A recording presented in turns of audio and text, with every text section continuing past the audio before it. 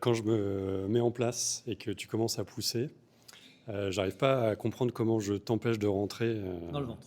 dans le ventre.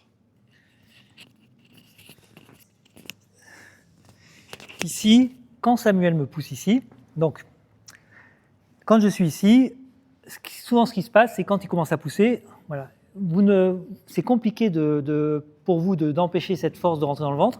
Il pousse, et donc là c'est fini, parce que là vous l'avez laissé rentrer ici. Donc, ce qui fait que ça va être compliqué pour lui de rentrer dans le ventre, c'est la façon dont je vais amener la force aux mains.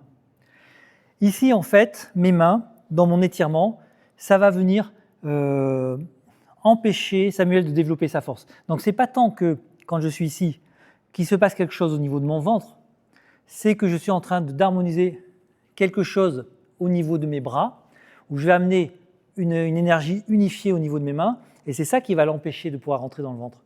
Ce n'est pas ce que je fais au niveau du ventre, c'est ce que je fais au niveau de l'ensemble de mon corps. Ouais.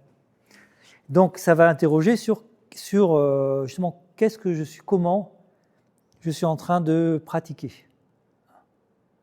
Quelle est la place des mains? La place des mains, elle est extrêmement importante dans la pratique. Quelle est la place des mains dans la pratique?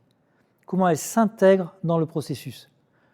Dans les styles Siamanting, il y a beaucoup de gens qui ne sont pas du tout martiaux dans le style Siamanting, donc c'est plutôt des personnes âgées qui viennent faire du style chanté parce que c'est un peu le style le plus facile.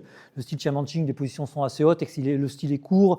Donc il y a beaucoup de personnes qui ne viennent pas d'un milieu martial, ce qui fait que ça s'est transformé. Vous voyez beaucoup de mains à Taïwan, par exemple, qui sont comme ça. Donc ça, c'est super si vous voulez rien travailler ici, si vous voulez travailler le relâchement, parce que c'est plus facile de se sentir relâché quand c'est ici que quand c'est ici. Mais en tai chi, on ne veut pas se sentir relâché. On veut se sentir étiré, on veut sentir une présence ici. Donc, il va falloir que j'interroge vraiment ces mains-là, parce qu'on a travaillé ce matin sur l'idée d'ouvrir les laogong, donc d'étirer la base des doigts, elle est extrêmement importante. Donc, quand je viens en relation avec sa structure ici, le point qui va être important, c'est comment dans l'ensemble de ma structure, je me positionne pour pouvoir venir interagir avec ça. Et ça va être une partie. Ouais, ça répond? Ok. Est-ce que pour tout le monde, c'est clair cette idée?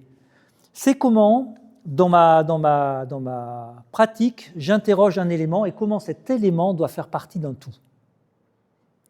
C'est vraiment, vous êtes au service, et vraiment, on est des luthiers. La difficulté avec le pratiquant de tai chi, c'est que non seulement on est le luthier, mais l'instrumentiste. Il faut que je comprenne comment construire cet instrument et ensuite je vais en jouer. Mais si je ne comprends pas comment je vais le construire, qu'est-ce que je vais jouer? Je ne pourrais rien jouer parce que j'aurai des mains comme ça, ou des mains trop comme ça, ou des dos comme ça, ou des postures ou des jambes, il n'y aura rien. Et c'est ça qui va nous intéresser. Et c'est là la difficulté, hein, c'est il faut qu'on s'interroge sur beaucoup de points dans notre pratique ici pour comprendre, c'est avoir cette vision. Comment je vois le truc? Ouais. Donc à chaque fois que je fais quelque chose, et souvent des fois c'est compliqué parce que je pourrais faire quelque chose qui fonctionnerait si c'était dans une unité, mais c'est autre chose qui ne fonctionne pas, et bien je décide de jeter ce qui fonctionne parce que je n'ai pas compris que ce n'était pas à cause de ça, et d'un seul coup, je vais peut-être le retrouver dans 2-3 ans, mais c'était con parce que je l'avais, et je l'ai mis j'ai rendu autre chose responsable de ça. Et mais c'est comme ça fait partie de l'apprentissage, hein, de notre voie, d'explorer tout ça et puis d'accepter toutes ces erreurs. Mais voilà, donc c'est pour ça que j'interroge aujourd'hui, cet après-midi, c'est qu'est-ce que je fais dans mon tai chi? Comment j'interroge ce que je fais réellement? Quelle est ma posture? Quand je finis, parce qu'on ne s'interroge pas, parfois on fait l'enchaînement.